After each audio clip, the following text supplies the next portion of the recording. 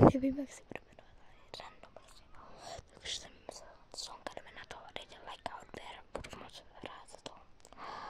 Samozřejmě mě prosím dejte odběr a like, po druhý opakuju, dejte like a odběr.